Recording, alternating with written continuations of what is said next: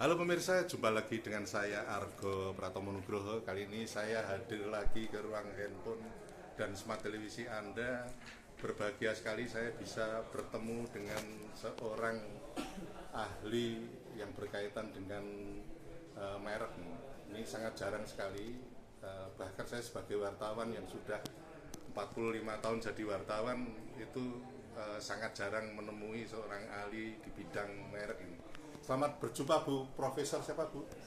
Nama saya Mas Rahma, saya dari Universitas Airlangga. Ya.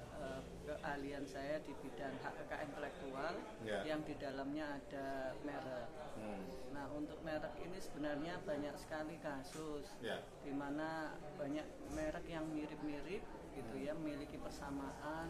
Ya. Dan banyak terutama yang pelaku usaha UMKM gitu tidak paham bahwa untuk perlindungan merek itu harus didaftarkan. Nah, itu problemnya, bahwa banyak yang merek yang digunakan gitu ya, bertahun-tahun digunakan untuk usaha tapi tidak didaftarkan karena nggak tahu bahwa wajib harus didaftarkan. Nah, seringkali akhirnya karena ketidaktahuan ini banyak pihak lain gitu mendaftarkan sehingga kemudian menjadi kasus di tengah Oh gitu ya. Iya.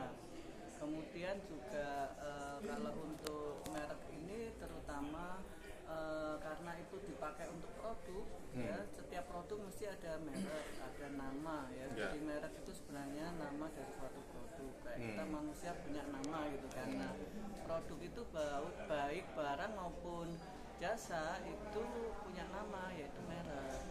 Nah, merek ini seringkali kalau sudah sangat terkenal itu banyak ditiru. Ya. Nah, karena itu misalkan merek-merek terkenal seperti IKEA gitu ya, kemudian Starbucks gitu ya, mereknya ditiru kebanyakan oleh pengusaha lokal. Ya. Ya, nah, mungkin di satu sisi bahwa pengusaha lokal ini ingin mendapatkan rezeki dengan menggunakan merek orang lain gitu ya. Tetapi bahwa tentu ini kalau sudah di merek itu didaftarkan terlebih dahulu, tentu harus mendapat perlindungan hukum itu pihak yang mendaftar. Karena di Undang-Undang Merek dikatakan bahwa merek itu diberikan perlindungan ketika merek itu didaftarkan. Nah, ini seringkali tidak dipahami oleh kadang malah didahului orang lain gitu ya. Didahului orang lain, dipakai bertahun-tahun, didahului orang lain, didaftarkan orang lain, akhirnya menjadi perkara di pengadilan. Bahkan kemudian pihak yang memakai menciptakan merek itu tapi karena nggak tahu itu ya tidak mendaftarkan, bahkan dikriminalisasi, dilaporkan ke ke polisi, dan bahkan kemudian proses sampai ke pengadilan sampai dijatuhi pidana. Itu banyak sekali. Karena memang di Undang-Undang Merek itu ada ketentuan pidananya.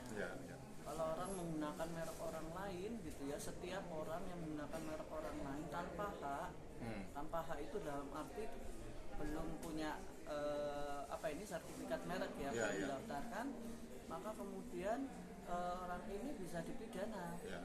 Nah, itu bisa dipidana antara 4 tahun sampai 5 tahun gitu ya. Itu kan kemudian banyak yang tidak tahu. Oke, terima kasih Bu. Nanti lain kali saya akan menemui Bu lagi. Terima kasih kembali. Nah pemirsa, akhirnya saya Argo Pratomo Nugroho undur diri dari ruang handphone dan smart televisi Anda.